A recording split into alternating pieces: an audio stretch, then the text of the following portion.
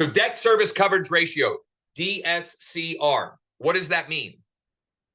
With these loan programs, instead of the borrower qualifying with their personal income, these lenders that we work with use the income of the property to qualify the property.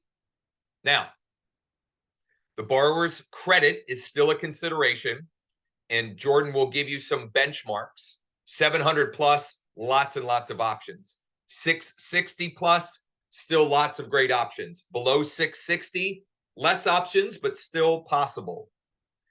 It's borrower credit, it's income of the property, and there will need to be assets, because bare minimum, experienced investor is going to need 15% down, typically going to need 20 to 25% down. Now, we have some wonderful options for where borrowers can get or tap into that. For example, next week's topic, we're going to be talking about a HELOC program or product, a HELOC product rather, where the application takes like less than 5 minutes and they can get funding in as little as 5 days, and on non-owner occupied properties. So let me give you a specific example. Non-owner occupied property, meaning an investment property. If they've got equity in that property, they could get the funding from that property in as little as a couple of days, because there's no rescission period. So we're going to do a deeper dive into that. My point is this, though. There are lots of ways that we can help, and you may be able to help that investor unlock the 15, 20, 25% they're going to need to proceed with the DSCR program of their choosing. Okay, so debt service coverage ratio. Now, what is the ratio that we're looking for? Okay, generally speaking, 1 to 1. Okay, the underwriting is going to look at will the income from the property, the rental income from the property, cover the debt service? Will the income from the property cover the debt service? Okay, 1 to 1 is generally speaking pretty common, though we do have lenders that we work with that have 0 ratio, and we have everything in between. Also, something to keep in mind, the better the ratio, many cases, the better the terms. They might be able to get a lower rate. There might be lower costs and fees, etc. So there's any number of ways to look at this and to manipulate, to go and figure out the best way. Just like Jordan talked last week, we look at any clients we're working with, we're looking at their situation as a puzzle, and how can we best fit the pieces together. Much the same with these DSCR loan programs.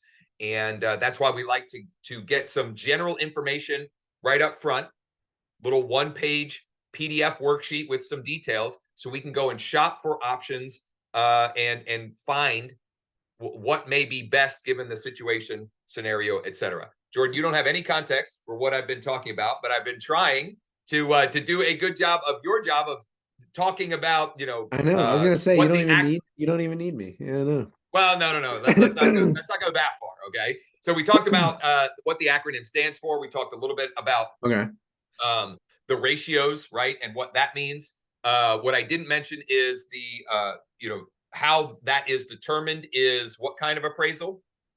1007. 1007. It's just a form. It's a form. It's not a whole appraisal. It's just a 1007 form the appraiser fills out when he does the appraisal. Yep. So, before I forget, I do have someone that I'm going to have to let in sometime in the next 15, 20 minutes. So when Alexa talks to us, I'm going to mute myself. I'll be gone for a little bit, and I'm sure you'll be fine. So anyway, we got into a little bit of that, but why don't we, Alexa thinks I'm talking to her now.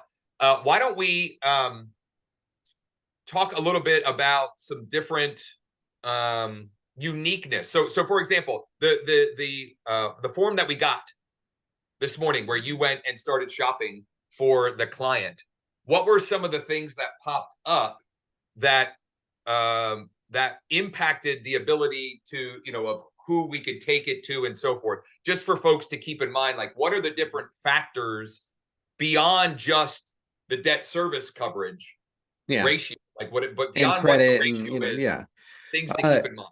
So I still like to point out that everything is done off of the 3 pillars. Okay. Yep. We just have one of those pillars is the 1-to-1 ratio, right? We still look at credit. We still look at assets. Okay. So credit is usually a big one. Okay. But also where the property is located is a big one, whether it's rural or not. One of the things that are on our, that quasi form I built, 8 years ago, whatever it was. You ask whether the property is rural or not. Rural properties, a lot of lenders don't want to mess with. Loan amount is another one, right? Anything under 100 grand things will start getting a little more tricky. Not that we can't do it, it just limits the number of investors, which investors are shoppers. That's just how more power to them, whatever you want to say, however you want to say it. It just severely limits our ability to shop the best rate for them or get them the best pricing. And that's what we want to do, is we want to make sure we're shopping the best pricing. So the form that we got today was rural, and I was a little concerned with credit score with it being rural. Okay, when it's rural, the first thing I'm talking is the only lenders that are going to do rural property are going to give us a shot. A lot of those lenders will have different credit score requirements. So it goes into my next thing is, okay, what are they going to require for credit score? So I know 2 right off the bat that it did rule. Both of them with the credit score that he had did not, they're like, no, we won't touch it. It's a little too low for us. They wanted 700 or above. Which Ken is verifying. He thinks he may have That's okay. We can run a software. We can figure it out. I'm not worried about it. That's why I asked, hey, we need our next step is to really figure out where it's sitting at, then what's then on the form itself. But with that being said, I did get the most aggressive that we could, that goes down the lowest we could to give us the base success ratio, right? It's so it was about 660. As low as they could at 25% down, we could do that loan at a DSCR, ratio, DSCR ratio. So a couple of things I want to emphasize or elaborate. So the 3 pillars are income, credit, and assets. In this case, with the DSCR, the income is the income of the property, the income that the property will produce, but we still need that credit piece and we still need assets. The other thing that I mentioned, Jordan, is I talked briefly on the asset front that if you have a motivated investor, or you're the motivated investor, but you don't know where to find the assets to make it happen, that's something we can explore and see what we can do. And next week, we're going to talk about our HELOC program, where you can get funding in as little as 5 days. And actually, if it's a non-owner occupied, it can be even less than that. You can get the funding even less than 5 days. The application is simple. It's all automated. It's very quick and easy. It's almost like a credit application, a credit card application, but you get a low fixed rate with this program. So that would be one way that you could potentially help identify assets or unlock assets for yourself or for a client to be able to proceed with one of these types of opportunities. The other thing I wanted to double tap on is rural. Why is that word is so hard to say? Rural. So what is the definition? What for lenders, from a lender's perspective, how would that be defined? 50,000 at the city population being less than 50,000. Okay. So I'll give you an example. I live in Andover, Kansas, right? Or I used to live in Andover, Kansas. Andover, Kansas is definitely less than 50,000, and it's a suburb of Wichita. Wichita is a million people or somewhere around there. Right. They would consider that rural. Even though I would not consider that rural, USDA doesn't consider it rural. It's based off the city. They're going to look up that city and say, what's the population of Andover, Kansas? And it might be more than 50,000 now. I don't know, but it's going to be pretty darn close. And they might consider that rural, a rural property. So that's really what it is they're just Googling, hey, is this is XYZ city, what's the population? Right. As far as credit score, right? So it's a puzzle. The rural meant we didn't have as many options, which means we don't have as many possibilities that would take not low credit scores, but just lower credit scores, right? Where the credit score minimums were adjusted, right? So Yeah. best case scenario, not rural, 700 credit, a debt service coverage ratio of at least 1. We're going to have loads of options. When you play with those factors, that's where we have to get creative on where we can go, what options we can find, and maybe even, in some cases, look at, do we have to get creative in just how we're structuring it? Maybe it's not even a DSCR loan, but we have to do, we look at how can we put this puzzle together in a different way to help them acquire the property, and then maybe they refinance or whatever, which gets into the next idea or concept that you mentioned yesterday. This is a wonderful strategy for what has been popularized as the BRRRR method. So maybe riff on that a little bit, Jordan. I did this a lot previously. It's an easy way for investors to scale, right? Scale their portfolio. Essentially taking a property, purchasing it, and they can purchase it in many different ways, but a common one is purchasing it cash. Let's say they purchase a property, $50,000 cash. Yep. They remodel that property, and then they do a cash out refinance of that property. A lot of them are doing that with a DSCR loan, because the standard loan types, the conventional FHA loan types, have a 12-month seasoning requirement. And basically what seasoning is how long you've owned the property. When's the last time it changed title? It changed hands. And that 12-month seasoning, even a lot of DSCR lenders have seasoning requirements, but a lot of them don't, because they know investors they're trying to do the BRRRR strategy. So it opens them up into like a model where we could take a client, they can purchase a house, remodel that house, and then turn around and cash out whatever it appraises for. I'll give you an example. I had a client that reached out to me. He didn't even touch the property, actually. A few minor repairs, but he called a water shutoff list where a lot of people will, either wholesalers or investors, will try to, obtain property for people that just want to get rid of vacant homes. Or this instance was a older gentleman. His dad passed away. The property needed a little, sprucing up, but overall it was pretty turnkey. Nothing wrong with it. And he estimated it being worth about 150 grand is what he estimated being worth. He bought it for 75. He got a steal.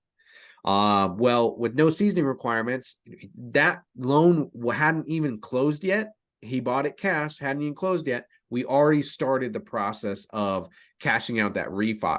Within 2 weeks of him closing on that cash purchase, we had a clear to close to cash out up to 80% of that 150,000. So he actually pulled more money out than he put in that situation. Yeah. And that's a BRRRR strategy, or at least getting your money back, is really where people so we can turn turn your capital faster, which is how you can grow your portfolio faster, or increase the capital more strategically. Please, if you have questions, scenarios, anything at all related to this, we find that the questions that you all provide when we do these sessions to be some of the most valuable content, or the most helpful for those listening. So please, whether in the chat, if you could try to put it in the chat, it's just generally a little bit easier than the Q&A box for whatever reason. So you can try the chat or the Q&A box. We'll try to monitor either or both of those. But if you have questions or scenarios, or depending on how much time we have, maybe you even have a property that we can take a look at. I like these scenarios too, because it lets me. We have a lot of lenders. There's over 226 right now that we use. Obviously I don't know all of them. There's no way. It's Yep. impossible to know all of them in every guideline and memorize 226, separate guidelines. But just with some of the research that we've done in the last couple of days, I found a DSCR lender that will do 20% down on a fourplex. That's hard to find. But there's lenders out there that will do it, Yep. so now it might not have fit for that client because there was one of those banks that said no to that specific client. But if he did have a 700 credit score, he would have to put less money down, Yep. but that's what we're talking about is it's a little bit of a jigsaw puzzle of, okay, how can we get them the least amount of money down, the best interest rate possible, and get them into the financing that they're shooting for? Because less money down means there's more assets means there's more properties they can buy, which means you sell more houses. So well, we don't have any questions yet, so I think what might be useful or helpful is to get your gears turning on how you might find. See, I think one of the best ways to use this idea, the idea that the idea or fact that these loans exist, is for you to proactively, and I talked about this last week as well, proactively play the role of transaction engineer. What do I mean by that? Go and find in your MLS properties that might, quote unquote, pencil for a DSCR loan. In other words, properties that will make sense, that from what you can tell would at least 1-to-1 ratio if you had a qualified buyer or buyer, borrower, qualified investor. And instead of waiting for them to come to you, you present them with an offer. Here's a property that that might make sense as your next investment, or to add to your, get started with your investment portfolio or add to your investment portfolio, and mention the fact that, and oh, by the way, we've got some great loan programs available right now for investors. And in fact, this is a perfect transition. Mike, if you can do me a huge favor, can you put in the chat the doc with our text scripts that we shared this morning on the show, which are around this idea? Now, those scripts that we're going to drop here are really just about reaching out to your database, generally speaking, to see who might be interested in investing. Let's take it a step beyond that, and let's actually find deals or create deal opportunities. So here's how I do it. You can do it however you want, but go into your MLS and search a specific area, or a specific school district, whatever the case may be, and find properties that have had price reductions, find properties that have been listed for 30, 45, 60 days, etc., and eyeball, just quickly judge, is this a price range that might make sense for this strategy?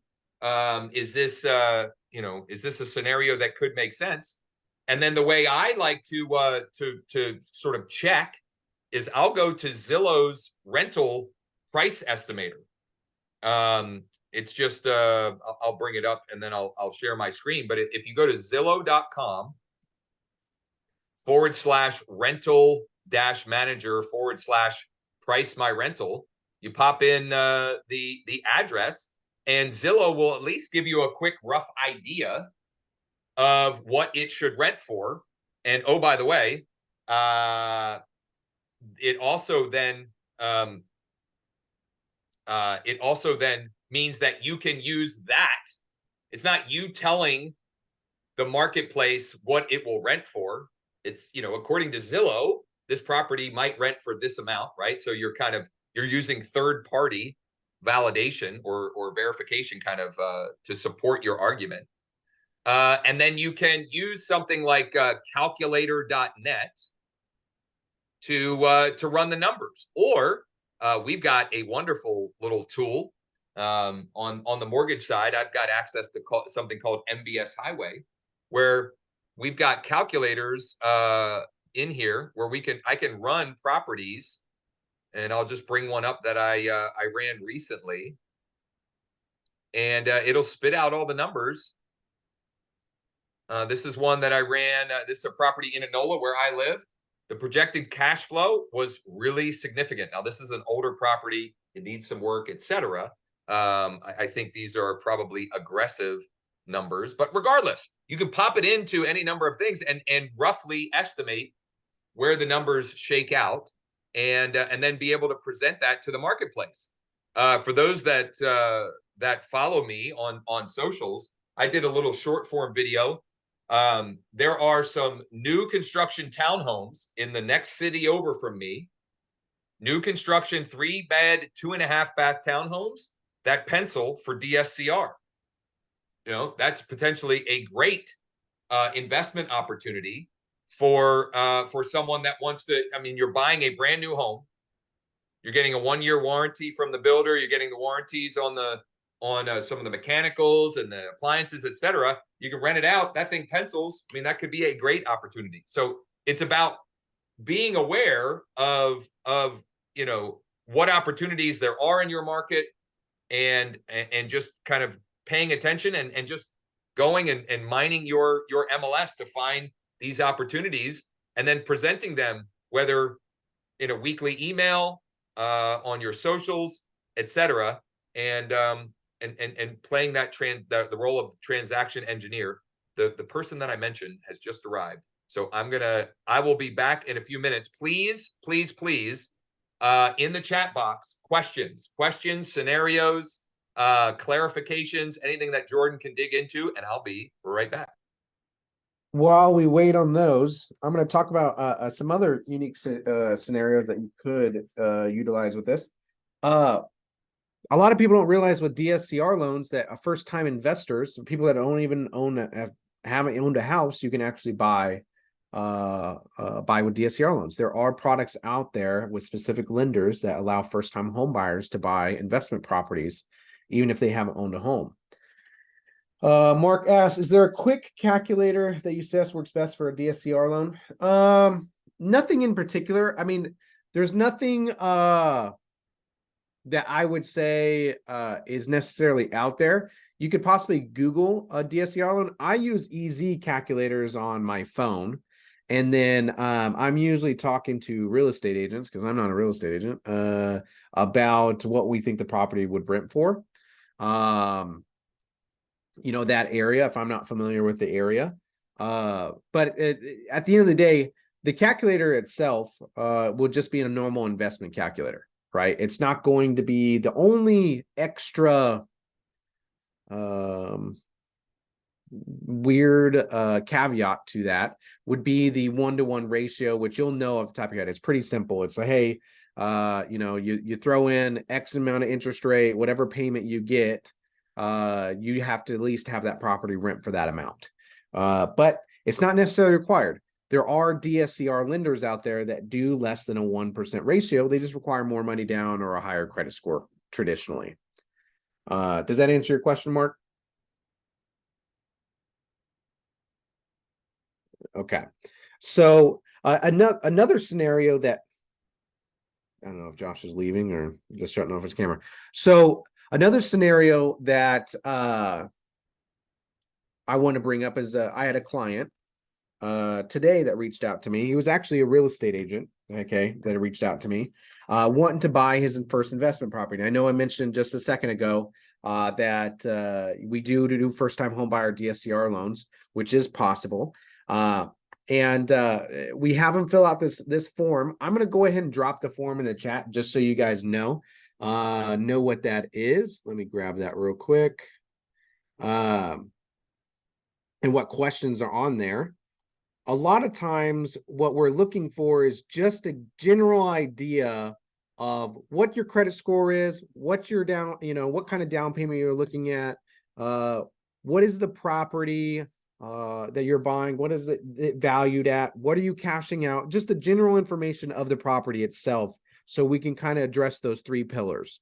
I don't know, do you have that form, Josh? Do you have that DSCR form? I don't. So what we'll do is, with the replay, we'll get that. I forgot to have that in an easy an easy way to reference, and I don't think it's easy to Drop it in the attach chat. documents. They make it tricky to attach documents here, or maybe not.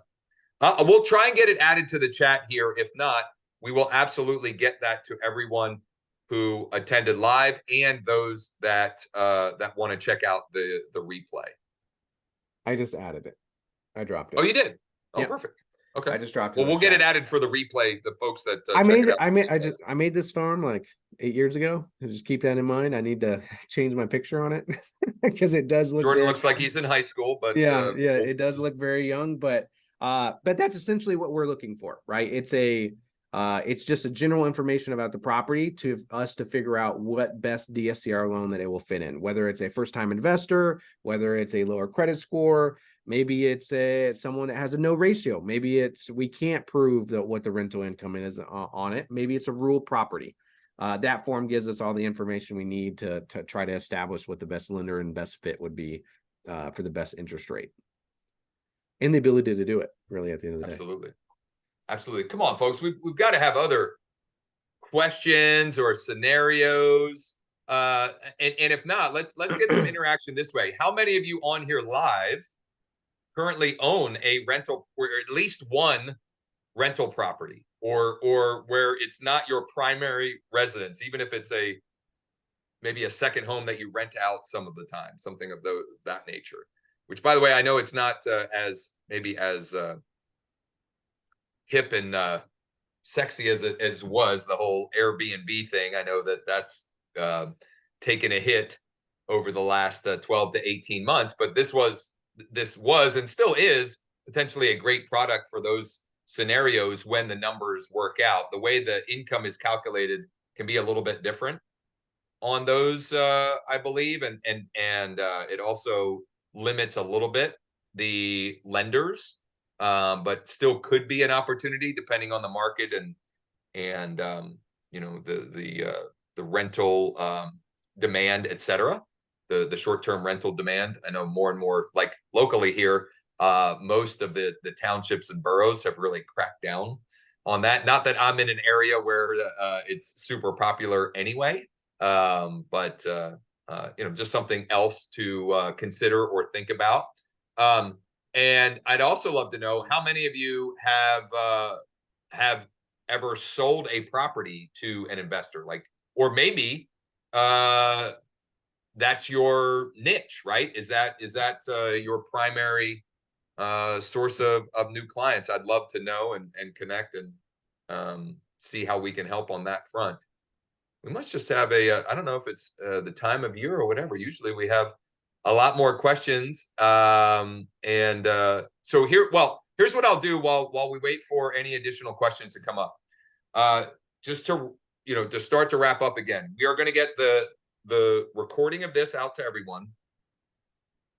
I will also make sure that everyone gets that rental form. It is in the chat, but if you're watching this after the fact, I'll make sure that you get the form, the one-page form that you can yourself, or if you have a client, can submit, and we can go and shop and find them the best deal. I will also put together some examples of content and marketing collateral that you might use in proactively trying to generate interest and get into conversations with and play that role of transaction engineer, including some of the short form content. I have a short form video that I'm going to release this afternoon that I recorded yesterday on just kind of generally talking about these types of loans. And Jordan and I, being in the mortgage industry, it's kind of common knowledge for us, but it's not for the general public, right? It's not. I would say that it's not even for the real estate agent general public. I would guess that the majority of real estate agents don't even know about these programs, or don't understand the acronym, what it means, and whatever. So if you're the one that sort of takes the lead role in your market of being the knowledge broker around these, there's a massive amount of opportunity, and they're pretty easy if you've got a qualified borrower the credit's there, the assets are there, and the income makes sense, right? It's they can make a lot of sense and timely, right? Because time of year here, we're in December. If you're in a market where things slow down over the winter because of the weather, this is a way that you can be potentially putting deals into your pipeline where the traditional first-time buyer or the trade-up buyer or the buyer who's looking to trade down or downsize, they may be holding off until the spring or summer. Investors, they don't care. A good deal is a good deal, right? If you can put together opportunities, there's always that. In fact, I have now this is a cash deal that I am hoping he is going to refi into a DSCR to pull his cash out. But I've got a investor client where we're closing on one a single family property in 2 weeks or 16 days, a little more than 2 weeks. And we're going to look to hopefully refi that and turn that over so he can do the next one. This is a great question. Thank you. How competitive are the interest rates and points or fees for DSCR loans compared to traditional or conventional loans? I think people would be surprised, honestly, on how competitive they are. They are a little bit higher, right? They are a little bit more risk, but interest rates and points wise, they're about the same, right? Interest rate, I would probably say 0.5% to 1% more. Points wise, it'd probably be the same cost, right? It's not going to be any different cost, especially right now. And it might be lessening up a little bit, but pretty much banks did not want to push too high on rates on investment properties on traditional loans.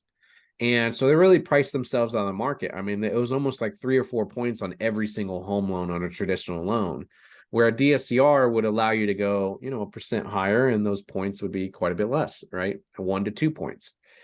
So in the terms of what is the better financial move, DSCRs typically seem to be the better financial move because we are in a downswing market. What I mean by that is if you can pay less points now, they're going to be refinancing anyway, in the next 12 months to 24 months. Or the likelihood of them refinancing in the next 12 months to 24 months is much higher. So don't pay a bunch of money up front on a traditional loan. Because at the end of the day, that money's going to be lost if they end up, let's say interest rates drop to 4s or 5s, and they can get 1% to 2% lower on that investment property. Investors are going to refinance. So the ones that we can pull the closest to par is usually the best answer. Doesn't necessarily mean it might not be the best interest rate wise currently, but it might be what makes more sense in the next 12 months to get them into the next refi. Rick, I just seeing now that you had raised your hand. Rick, did you have a question? Did you want us to open the line? Let me know, and I'd be happy to do so if you had a question. And while we're waiting for Rick to let me know, next week, I mentioned this a couple of times. I want to reiterate it again. Next week, we're going to be talking about some HELOC programs or products, HELOC products that we have, where it is extremely simple and almost all automated, where you can we can have someone do an application in 5 minutes or less in most cases, and can get the funding in 5 business days or less. And the reason why I bring that up is twofold. Number one, that you may have some homeowners in your database that are looking for some last minute funds for Christmas. Never know. And number two, it pairs or ties very nicely to this topic, because in many cases, that is a great way or great place for folks to get started with investing. In fact, I have a client that we've kind of been going back and forth and having conversations, a client who bought a home almost 2 years ago with us. And he reached out of the blue a couple of weeks ago and he wants to get started investing in real estate. And the capital, the equity that he's gained in his current primary residence is the capital that he's looking to use. I mean, that's his primary asset. to use. And if we do it, if we do a good job and we do it strategically, he can trade up. He said, I want to buy one this year and maybe two or another one in a year to 24 months and kind of just grow that portfolio. So, Rick said, you asked who owns rentals and I raised my hand. Well, right on. Thank you for participating, Rick. Appreciate that. Any prepayment penalties? Also, if the property is a fixer, can the loan be based on the after repair value? Yes and no. So some states allow you to do prepayment penalties. Some states don't allow you to. For instance, Kansas and Pennsylvania, where I live and where Josh lives, do not allow prepayment penalties. So you get rates without prepayment penalties there. But there will be states like Maryland that do, right? And I'm not necessarily against a prepayment penalty, maybe take one. They're usually done in increments of 1 year up to 3 years, right? I would never recommend a client right now to take a prepayment penalty on 2 or 3 years. I'd take, I'd say, hey, one's probably a safe bet that you're probably not going to refinance in the next 12 months. Or you can hold out for 12 months or whatever, and you'll get a little bit of better interest rate for that reason, because you are taking a prepayment penalty. They're guaranteeing that you're keeping it for 12 months. But there are states that are it is not on single family residence, especially or 1 to 4 units. They do not allow prepayment penalties, but it just depends on the state, really, more than anything. And as far as the property being a fixer, yeah, there are loans. They're not necessarily DSCR loans, but there are fix and flip loans and fix and hold loans out there that are also not income based. So they're not called DSCR. They're not based off that. They're really based off of, hey, you're going to flip the property. They don't really care if you sell it or you refinance it. At the end of the day, term. It's a short term, usually 12-month loan. Yeah. It's like a draw basis kind of thing, but it will, they go up, we have lenders, experienced lenders, and we'll eventually do a call over that as well. I'm not going to, dig too deep in it, but I have lenders that will do 10% down and fund the entire rehab, for example. And got to be a good deal, right? Yeah. It's got to be a good deal. It's got to pencil, right? Yeah. But if you've got a good deal, there's funding for it. Yeah. Experienced investors get better rates. We have a company called Temple that, they'll do 100 if you do 15 a year kind of thing. It just depends on the scenario, but that is a totally different product, but it is something that we do help investors here. Select this product. This is the first product that gets you going, and then rehab gets you into the next one. Yeah. Michael, I see that your hand is up. Would you like us to open your line, or were you also participating, just acknowledging that you own rentals or work with folks who work with investors? Let me know. I'm happy to open the line if that's what you were raising your hand for. Once again, we'll get the replay. We'll get we'll have the doc with the scripts. We'll have Jordan's form and some other resources, just as to get your gears turning.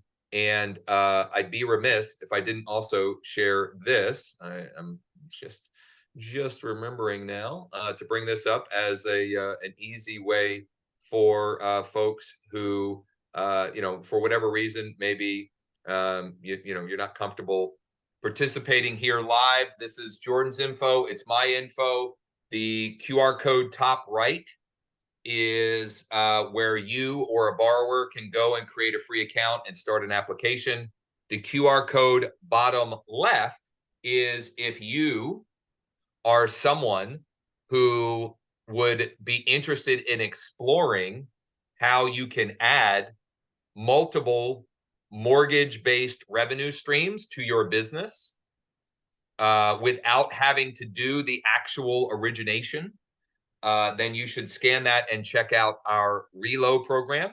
And we would love to chat with you and explore that. I've had some wonderful conversations with folks over the last few weeks about that. And we have some killers coming on with that program, which we are very excited to do, given all of the market conditions and everything going on and the recent verdict with the lawsuits, etc., this may be a great way for you to increase your revenue without having to do more deals or personally sell more homes. Someone else asked, can you do loans in all 50 states? So NEXA is licensed in 48 out of 50, not in New York or Massachusetts. They're working on it. Those states are just a pain when it comes to licensing. It takes a year. It takes years to get licensed in New York. It's just a pain. But NEXA is licensed in the other 48. Between Jordan and I and the folks, our little pod team, we're licensed in over 20 personally. If we're not licensed in a state where you work or you have a deal, we can still help. We may have to refer it depending on the situation or scenario, but we can still help. These particular loans are considered commercial loans, so a lot of times we don't have to have license for that state.